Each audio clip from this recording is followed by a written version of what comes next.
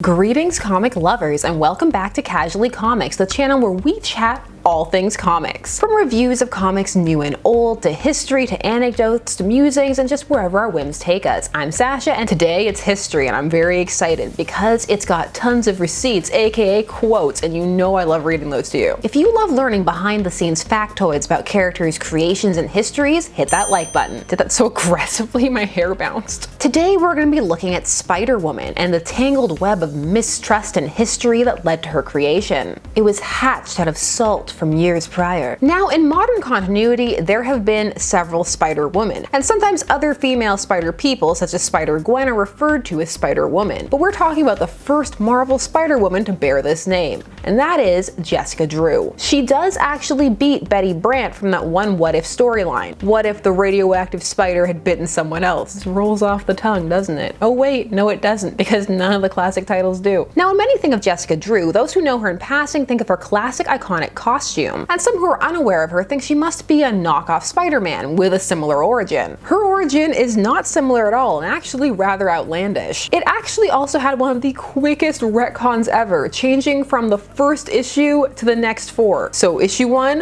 one backstory. 4-issue miniseries that followed, different backstory, different costume. It's almost the same, they let her hair out. Gotta see the wonderful locks. Her first appearance was in Marvel Spotlight number 32 in 1977, and in that she was a spider who had evolved into a human. After that, her story was changed into a human who had had memories of being a spider implanted in her by Hydra. She's also actually named after Marv Wolfman's daughter. For those of you who were here for a review of Black Cat number 1, you'll remember that Marv Wolfman was heavily involved in Spider-Woman during her early years, and actually was developing the Black Cat as a character for her, but took the character with him when he left to work on Spider-Man. However, what's more interesting, or rather equally as interesting as her canonical history, is what led to Jessica Drew's creation in the first place. Spider-Woman was created for copyright and trademark purposes, and no other reason. Marvel and DC already had a history of name squabbles, particularly surrounding Wonderman. Wonderman was a character who first appeared as a villain in the Avengers number 9 in 1964, and largely disappeared for decades after because of complaints by DC, and by complaints I mean a full-blown lawsuit, because they had Wonder Woman, and they felt that this was too similar, it would cause confusion. Also, for like 2 seconds DC did have a Wonder Man. He appeared for one Superman issue in 1963 and Superman 163,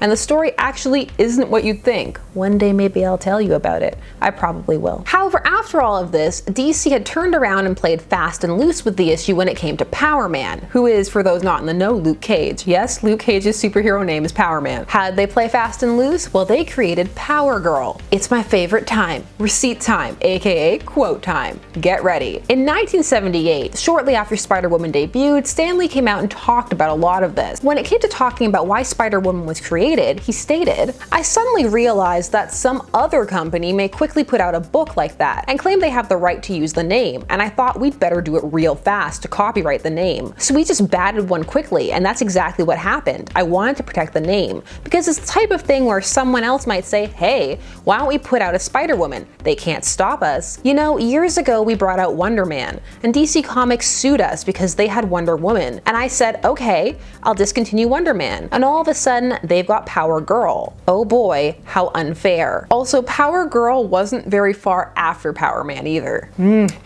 Delicious life-giving salt. I'm sorry, I'm the salt creature from Star Trek. They said there was only one, but they lied. Also, this concern wasn't coming out of thin air. DC was developing a Spider-Woman. They were developing her for a TV animated series to join the Batman and Tarzan Adventure Hour, which is sadly not what it sounds like. It is pure clickbait. It sounds like some wacky, zany world where Batman and Tarzan are working together somehow, but all it is an hour block of television where both cartoons aired one after each other. So it consisted of episodes of the New Adventures of Batman and Tarzan Lord of the Jungle. Why you would want those back to back, I don't know. They were planning to expand the block and add more cartoons to it. One of these would have been Spider-Woman. Instead, what the public got was Web Woman. So because of this at the start, both characters' backstories are very, very haphazard. But while Spider-Woman had time to recover, Web Woman never did. This is the whole reason why Jessica Drew's origins shifted around so much, and why the tone of her book took so long to crystallize, and also why it took so long for her to get her own villains and characters in place. So let me tell you a little bit about Web Woman. Web Woman is Kelly Webster, a NASA scientist who gave that up to be a farmer armor, until she saves an alien who gives her a magic ring. He's an insect alien, so it grants her the powers of the insect kingdom. Yeah, the scrambling was real. Everything about her had to be revised to make sure that it didn't infringe in any way on Marvel's new copyright. Webwoman lasted for 10 episodes, and there's no way of saying whether it would have lasted longer as Spider-Woman. So really in the long run, it looks like Marvel made the right decision. I mean, who do most people remember now? So the moral is, protecting your copyright as hastily as possible,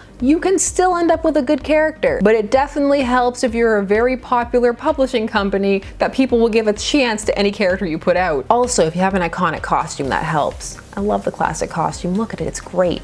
She's poisonous and dangerous. So that was the tale of how a history of liturgy and mistrust and copyright led to the creation of Spider-Woman. I just felt like sharing, and I hope that you enjoyed. She's Webwoman. Which of your favorite characters has a messy origin? Let me know down below. Thanks so much for watching Casually Comics. Please do all of the YouTube things. Like, share, comment, subscribe, and hit that bell notification so that you never miss a vid. I'm Sasha, and I appreciate all of you taking some time out of your day to spend it discussing comics with me, and I will see you again soon. Bye-bye.